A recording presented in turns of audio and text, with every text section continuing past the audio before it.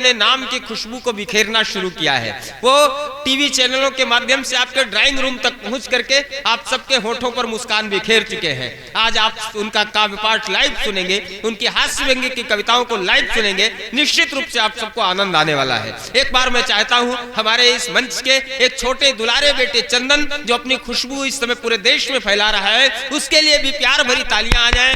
और इसी क्रम में भाई आनंद कौशल पिछले वर्ष भी आपके इस कवि सम्मेलन में आए थे। वो मूलतः वीर रस के कवि हैं, लेकिन किसी पार्टी विशेष के प्रवक्ता नहीं है। उन्हें जहां भी इस देश में आजादी के बाद जो कुछ भी होना चाहिए वो नहीं हुआ, तब जो एक आक्रोश जन्म लेता है, उस आक्रोश को अपनी भाषा देने का काम भाई आनंद कौशल कर रहे हैं।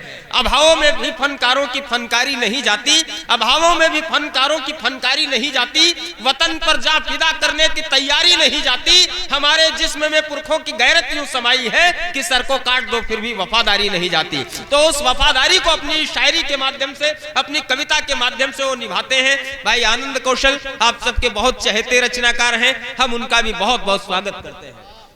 और एक और बड़ा नाम, हास्य की कविता का वो बड़ा नाम जिनको सुन सुन करके हम सब ने कविताएं लिखनी सीखी हैं, आदरणीय रविंद्र पांडे प्रतापगढ़ी उस धरती से आते हैं जहां कण कण में कविता के संस्कार हैं। एक लंबी यात्रा तय करके हमारे बीच में वो आए हैं। और प्रतापगढ़ तो साहित्य का, अदब का, कविता का गुरुद्वारा रहा है। जिस धरती पर भिखारी दास जैसे रीतिकालीन आचार्य पैदा हुए, जिस धरती पर जुमई खां आजाद जैसे बड़े नाम हिंदी कविता के हुए, और जिस धरती पर आद्या प्रसाद मिश्र उन्मत्त जैसे वीर रस के बड़े कवि हुए, उस धरती से आदरणीय रविंद्र पांडे प्रतापगढ़ी जी की उपस्थिति हुई है। निसंदेह वो हिंदी कवि सम्मेलनों के मंचों के बड़े रचनाकार हैं। और इस बड़े रचनाकार का धन्नाग तीर्थ क्षेत्र के लोगों की, साहित्य के समझदार लोगों की बड़ी तालियों से स्वागत होना चाहिए। एक बार जोरदार तालियां बजा करके हम उनका भी स्वागत करते हैं। और आइए अब इस कवि सम्मेलन को हम सीधे खड़े होकर के इस कार्यक्रम को शूट कर रहे हैं। मुझे ये तो नहीं मालूम है किस YouTube चैनल से है, लेकिन जिस भी चैनल से है बहुत बहुत मैं स्वागत करता हूं। हालांकि इनकी वजह से हमारे जिला कृषि अधिकारी महोदय हमसे मुखातिब नहीं हो पा रहे हैं, तो मैं चाहता हूं कि सर आप कनौजिया साहब के बगल में आ जाएं। हाँ नहीं वो आप नेपथ्य में रहेंगे तो मुझे अच्छा नहीं लगेगा। हाँ थोड़ा सा कुर्सी खिसकाइए। मैं इनको भाई साहब को भी, कैमरामैन भाई साहब को भी कुछ कह नहीं सकता। कैमरामैन वही बन पाता है जिसको बचपन से दूसरों के घर में ताक झांक करने की आदत होती है, इसलिए इनको भी ज्यादा कुछ कहा नहीं जा सकता। लेकिन बहुत अच्छे ढंग से इस कार्यक्रम को शुरू कर दिया है आदरणीय हरिहर दत्त पांडे जी ने। उन्होंने धन्नाग बाबा को प्रणाम निवेदित किया है, तो मेरा भी मन हो रहा है, मैंने भी 4 पंक्तियां कहने की कोशिश की। इस द्वापर युगीन यह क्षेत्र है बड़ा विशेष, द्वापर युगीन यह क्षेत्र है बड़ा विशेष, वैभव यहाँ का कण कण में समाया है। वो अपने अज्ञातवास काल का समय कुछ पांडवों ने यहाँ पर आकर बिताया है।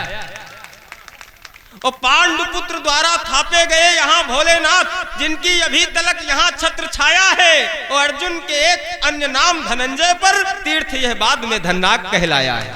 और 4 पंक्तियां और मेरा मन हो रहा है, 4 पंक्तियां राम सुजीत जी मेरा मनोहर हो रहा है पढ़ने का, क्योंकि हमारे मंच पर हरिहर दत्त जी हैं, संदीप जी हैं, चेतराम अज्ञानी जी हैं, चंदन जी हैं, रविंद्र जी हैं, आनंद कौशल जी हैं और संदीप भाई हैं, सभी लोग हैं, उत्कर्ष उत्तम हैं। 4 पंक्तियां मैं आप सबको विश्वास दिलाते हुए, आप सबको ये आश्वस्त दिलाते हुए पढ़ना चाहता हूं कि हरिहर दत्त व संदीप जी के मीठे गीत, हरिहर दत्त व संदीप जी के मीठे गीत श्रोता बंधुओं के दिल में उतर जाएंगे।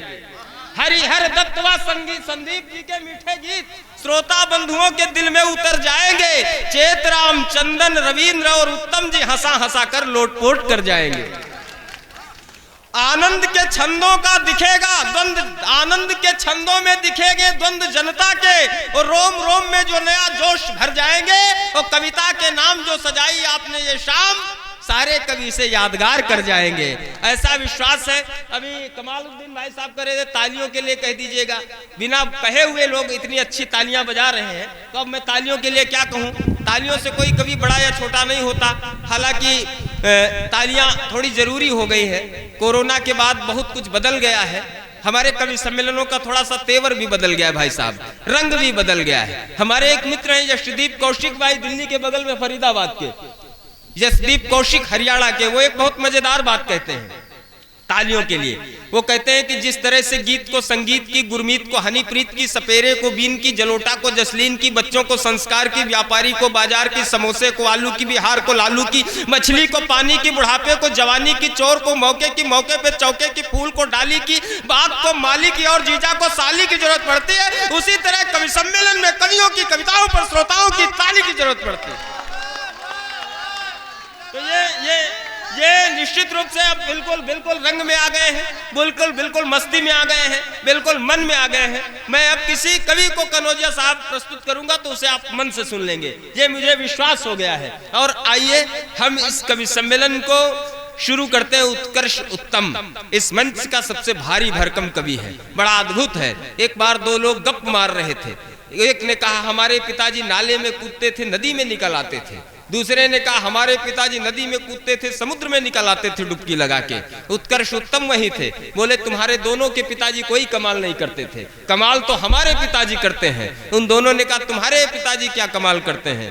उत्कर्ष उत्तम ने कहा अगर तुम्हारे पिताजी नाले में कूदकर नदी में डुबकी लगा के निकले तो कोई कमाल नहीं, तुम्हारे पिताजी नदी में कूदकर समुद्र में निकले तो उसमें भी कोई कमाल नहीं, कमाल तो हमारे पिताजी करते हैं। हमारे पिताजी पानी की टंकी में कूद जाते हैं और टोंटी से निकल आते हैं। तो एक बार जोरदार तालियां उत्कर्ष उत्तम के लिए।